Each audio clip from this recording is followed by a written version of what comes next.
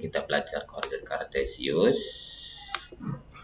Koordinat kartesius itu adalah titik temu antara garis sejajar X dengan garis sejajar Y,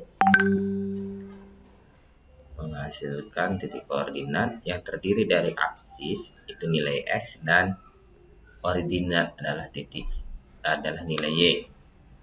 Perhatikan, ini sumbu X, ini sumbu Y,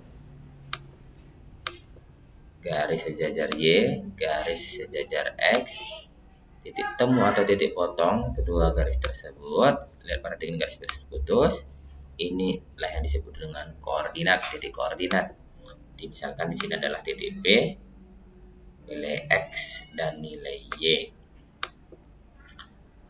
Apa fungsinya? Untuk menentukan titik pada bidang garis koordinat, yaitu sumbu X dan sumbu Y, garis sejajar X dan garis sejajar Y yang saling berpotongan. Nilai X disebut dengan absis dan nilai Y disebut dengan ordinat. Contoh, perhatikan, ini adalah koordinat kartesius. Ini terdiri dari 4 bagian, sudut kanan atas, sudut kiri atas, sudut kiri bawah, sudut kanan bawah. Ini disebut dengan bagian-bagian ini disebut dengan kuadran. Sudut kanan atas disebut dengan kuadran pertama.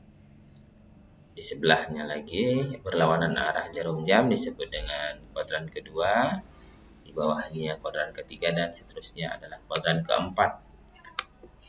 Kuadran pertama ini kedua nilai, baik nilai X dan nilai Y, bernilai positif. Contoh adalah 2,3. Sedangkan kuadran kedua X-nya negatif, Y-nya positif. Kuadran ketiga X dan Y bernilai negatif, sedangkan kuadran keempat nilai X positif, sedangkan Y negatif. Selanjutnya, menentukan posisi titik terhadap sumbu X dan sumbu Y. Maksudnya di sini adalah jaraknya.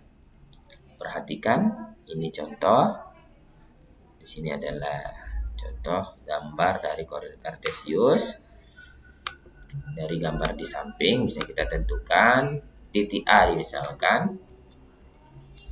Titik A ini berjarak 3 satuan dari sumbu Y. Perhatikan sumbu Y, 3 satuan dari sumbu Y dan 6 satuan dari sumbu X.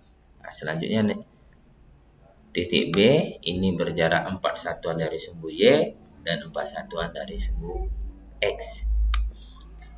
Misalkan C lagi, ini C berjarak 4 satuan dari sumbu Y dan 3 satuan dari sumbu X. Kalau kita ambil contoh yang lain, misalnya titik G ini berjarak 2 satuan dari sumbu Y dan 6 satuan dari sumbu X. Selanjutnya kita menentukan posisi titik terhadap titik asal 0,0 dan titik tertentu A, B. Perhatikan ini gambar sistem koordinat.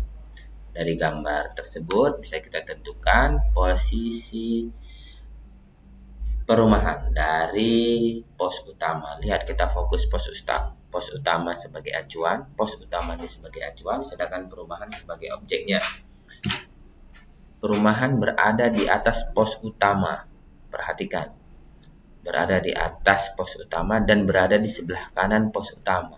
Berarti di sini 6 satuan dari pos utama dan 6 satuan ke kanan dari pos utama dan 5 satuan ke atas dari pos utama.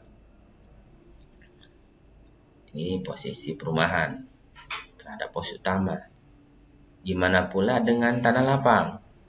Perhatikan, acuannya adalah tanah lapang, sedangkan objeknya adalah perumahan.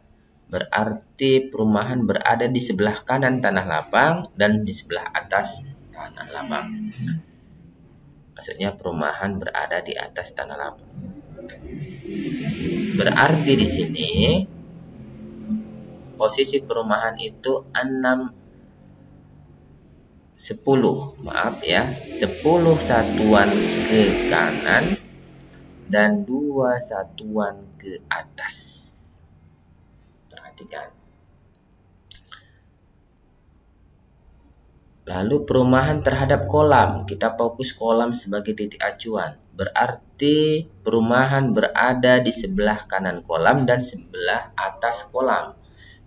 Ini berarti perumahan berada di 9 satuan ke kanan dan 8 satuan ke atas. Perhatikan kolam ya, ke atas. Perumahan. Dan selanjutnya. Mudah-mudahan sampai di sini kalian paham. Bapak ucapkan terima kasih. Tetap semangat. Assalamualaikum warahmatullahi wabarakatuh.